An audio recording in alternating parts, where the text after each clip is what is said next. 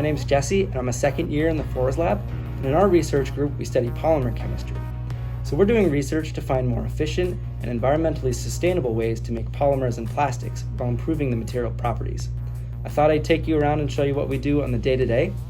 So let's go.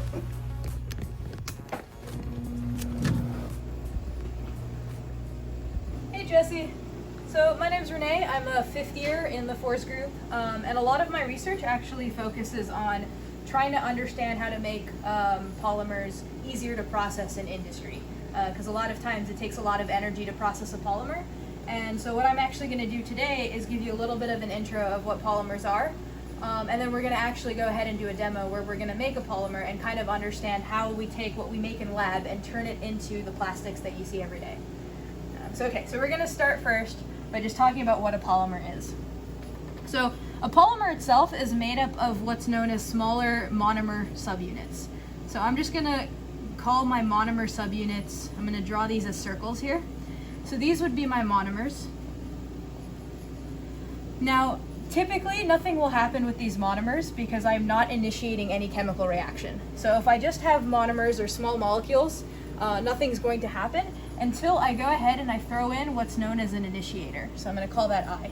Now once the initiator is in the presence of these monomers will then go ahead and start forming chains in between the monomer units to form a very, very long chain. This long chain is known as your final polymer. Now you can imagine that the longer the chain, a lot of times the different properties will happen. So when you have a long chain, you can get a solid-like material, whereas if the chains are really, really short, sometimes it can look like a goo. But either case, if you take small molecules and chain them together, regardless of the length, what you're doing is you're making a polymer. And so one classic example of a polymer are packing peanuts. So you can see here, packing peanuts usually you'll find in a lot of different packages to sort of protect the material and whatnot. What I like about packing peanuts is how like foamy they seem and everything. And you might have heard them say called styrofoam, right? So this is actually made of styrofoam or a polymer that's known as polystyrene. And so what demo we're going to do today is we're actually going to make polystyrene in lab and show you how polystyrene starts off with its monomer subunits, and then we throw in an initiator, and then we'll go ahead and make the polymer itself. So if we come here to my hood, let's see. Okay, so here I have the vial in which we're going to actually make the polymer. And in this syringe here, I have my monomer. So I have the styrene itself. So first thing I'm going to do is put the styrene into this flask. Let's get that stir rate down a little bit. So I'm going to go ahead. So this is my monomer. Now in order to get the reaction to kind of work well, I want to dissolve my monomer in some sort of solvent. So common solvent that you interact with every day is water. In this case, this is a different solvent that will dissolve the styrene and dissolve the final polymer a bit better. So I'm going to go ahead and put in my solvent.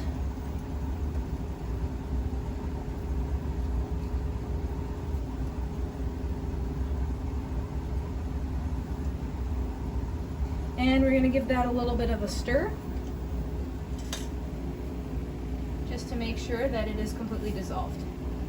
Now the one thing to keep in mind when you're doing a lot of these polymerizations is that anytime you start a chemical reaction, you risk if it's an exothermic reaction, you risk the chance of a lot of heat being released when you do the reaction. And in this case, this process is actually pretty exothermic. And so to sort of control it and make sure the reaction doesn't get too hot, what we're going to do is we're going to actually cool it down with some dry ice and acetone. So here is some dry ice pellets that are in acetone. And this is a negative 78 degrees Celsius temperature, so it's very, very cold.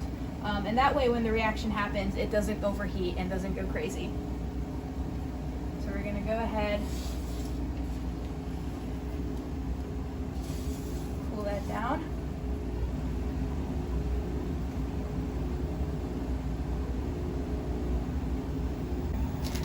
So while this is cooling down, I will start getting my initiator ready.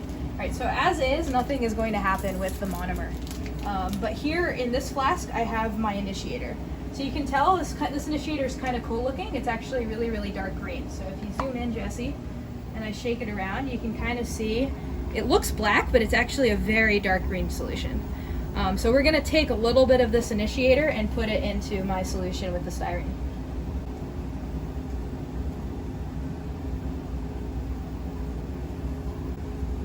Now this initiator is actually really, really air sensitive, which is why it's in this really interesting looking flask. And what's happening is it is connected through argon. So argon is an inert gas and will keep this initiator safe from air because it is really, really sensitive to air and water. Okay. So I'm going to go ahead and syringe up some of my initiator. And then we're going to inject it into my reaction. So you can see how the reaction is turning yellow. That is a clear sign that we are actually making polymer. So in the process of making this polymer, we actually get a very, very yellow color. So I think it's kind of cool, right? Because our initiator starts out green, but once it reacts with our monomer, it turns this really bright yellow color.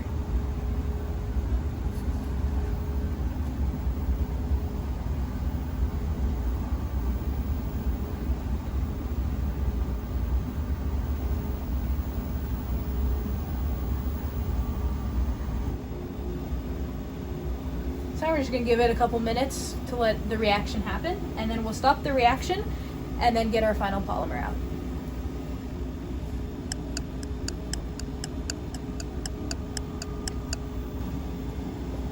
Okay, so if you actually come in and zoom in right now, what you'll notice is that it has stopped stirring, and if I try to shake it, it no longer looks like the liquid it looked like in the beginning.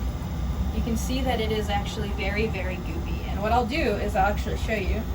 You can see how it's kind of looks like a gel. So that means that we actually made polymer. So I'm going to go ahead and stop this reaction. So like I mentioned, this initiator is very water sensitive. And so the quick way to stop this reaction is by adding water. So by adding water, I basically kill the reaction. So if I open it up, I squirt in a little bit of water. What you'll notice is that the color disappears. It is not turning yellow anymore. Just give it a little bit of a good stir. And so now the color has disappeared, which means the reaction is no longer occurring. The other thing that you can start to see is by adding some water, you start to see that the polymer that we made is actually coming out of the solution. And this is because polystyrene does not dissolve in water. So when I add the water, the polystyrene comes out. Okay, so what we'll do next is we're going to take some cold methanol, because cold methanol also, polystyrene does not dissolve in cold methanol either. So if we pour a little bit of cold methanol into this beaker, and we go ahead and just pour our polymer in there, what you see is our final polymer. So this is the polystyrene that we actually made in lab. So if you remember, it started out as a liquid, and now we have this nice, very goopy material. But see, the interesting thing that you want to think about, right, is we made this goop, but it looks nothing like this packing peanut, right? So the question is, how do we go from making this goop to actually getting a packing peanut in industry, right? And so this is something that I'm very interested in during my studies here, is kind of understanding how a polymer is processed and how we can sort of minimize that energy. And so what I want to show you is, if we take this packing peanut, we can actually go ahead and grab a flask. We'll just put all this packing peanut, break up a bunch of packing peanuts, and we'll add a solvent that will dissolve the packing peanut.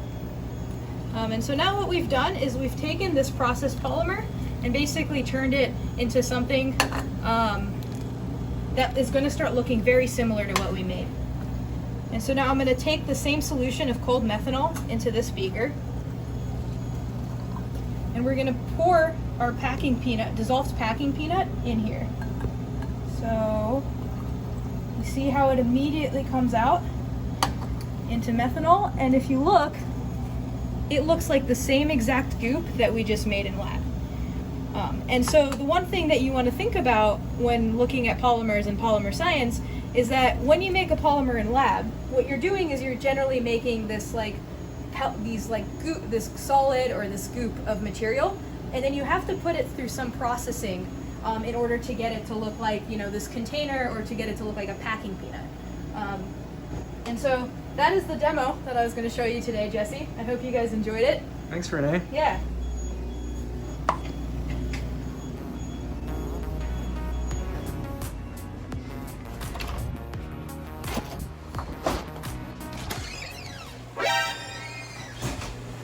Hi, I'm Yuting, a third-year PhD student at Forge Group, and I'm working on a project to make polymer by using light.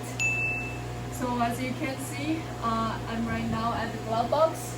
So this glove box is used for air-sensitive chemistry. So I put all my starting materials in this glove box, and what I'm gonna do is to transfer these starting materials into this reaction vessel. It has a round-shaped bottom in order to make a round-shaped nice film out of it. So as you can see, these starting materials are liquid, and you will see after the reaction what happens next.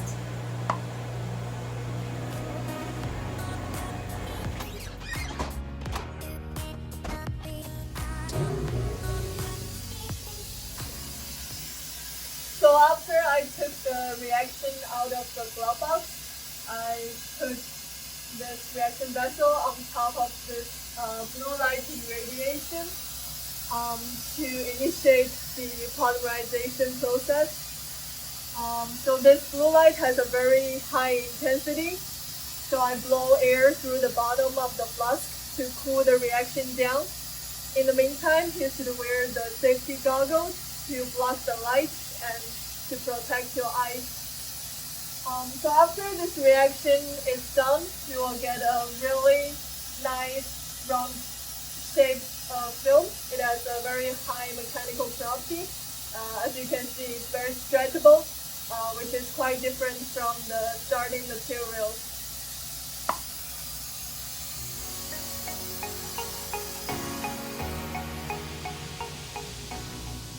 Hi, I'm Luis. I'm a third year here in the Floors group, and what I do is I use electrochemistry to make polymers.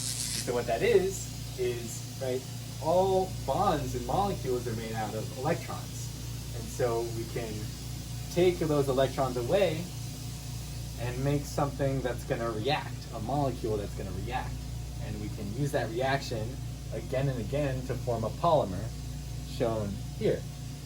And so what that looks like in practice is what we have here is an electrochemical cell, or an E-cell, where we can hook this up to our source of electrons, our battery here.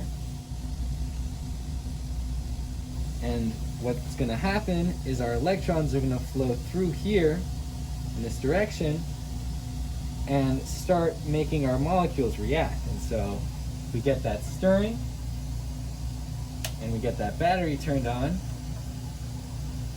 Those electrons are flowing, and ideally, in a couple of hours, that reaction's going to go, and we're going to have some polymer that we can later investigate in our research.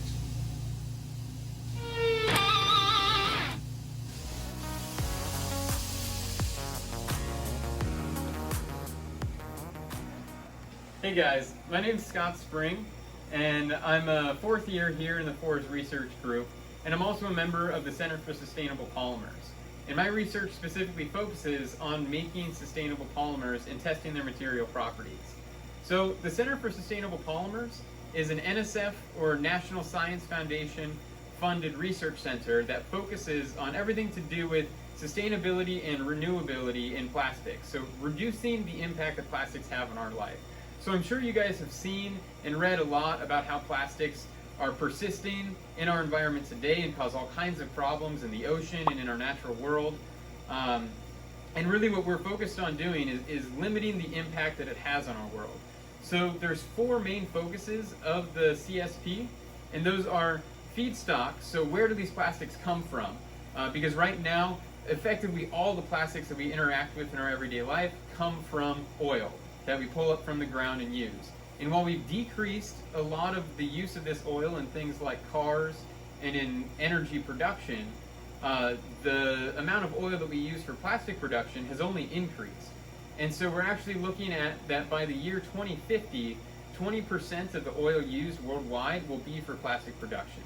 So we want to actually move away from that and research how do we actually make plastics from things like plants. Then another focus of the Center for Sustainable Polymers is process, basically meaning how easily can we turn these plastics into the materials that we want to use. Then comes our intended use. So looking at the material properties and making sure that these plastics perform just as well as the plastics that we already use in society. And then finally, what happens to these plastics after we're done with them? What's the end of use for these plastics? So can we recycle these into new materials, or are they going to be thrown away where they end up in the environment, and we need to make sure that these things can biodegrade safely and not turn into microplastics that are harmful in many ways that are being researched currently, but actually looking at biodegradability in the sense that they can actually be consumed by microbes and bacteria in the soil or in the ocean and just turned back into carbon that can then be used. So my research specifically is around making plastics from things that aren't oil, so making plastics from plants, and then also doing the material testing to make sure that these match the material properties of plastics already in use today. So I work with something called a thermoplastic elastomer, which I obtain, which I make and then crash out, similarly to how Renee showed that we can purify polystyrene. And basically what I get is just this bulk polymer here. And then I need to actually look at its processability. So how easily can we process this into a shape that's actually useful to us? So to do this, I use basically just a heated press. It's 2 plates that I heat up really hot, and then I press them together with my polymer in the middle, and I press it into a mold. And what that gives me is this guy right here, which is what's called a dog bone tensile bar. So you can see why it gets its name. It has this dog bone shape to it. And what this enables us to do is to methodically test our material properties, wherein I use something called a tensile tester, which is just a fancy machine that measures the force as I begin to pull on this polymer. So I mount my polymer in this machine, and it just slowly pulls on it, and we can study how much force we have to apply to pull on this material. And I can also look at, if I let it go, does it return to its original shape?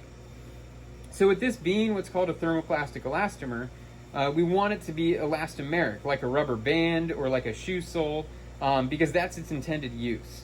So we can test how well it matches up against plastics that are already being used. And finally, once we're done with this plastic, so let's say that we use it for its intended purpose. Let's say that we actually pull on this enough, say to where it snaps and breaks. Suddenly I can't use this for its original purpose anymore.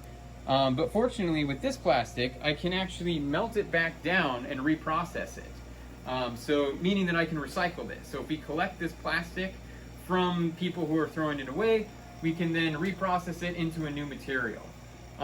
The other thing that we can look at is biodegradability of plastics.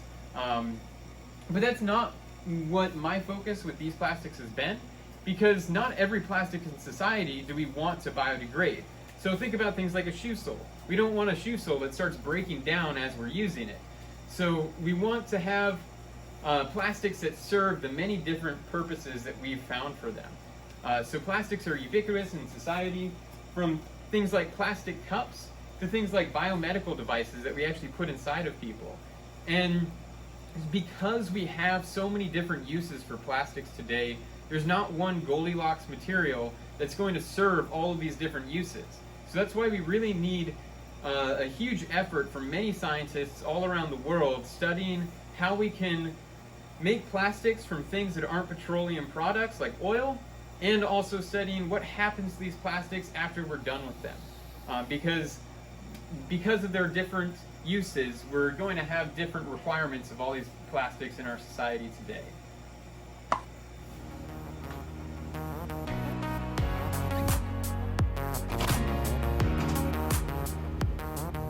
All right, that's it for the lab tour.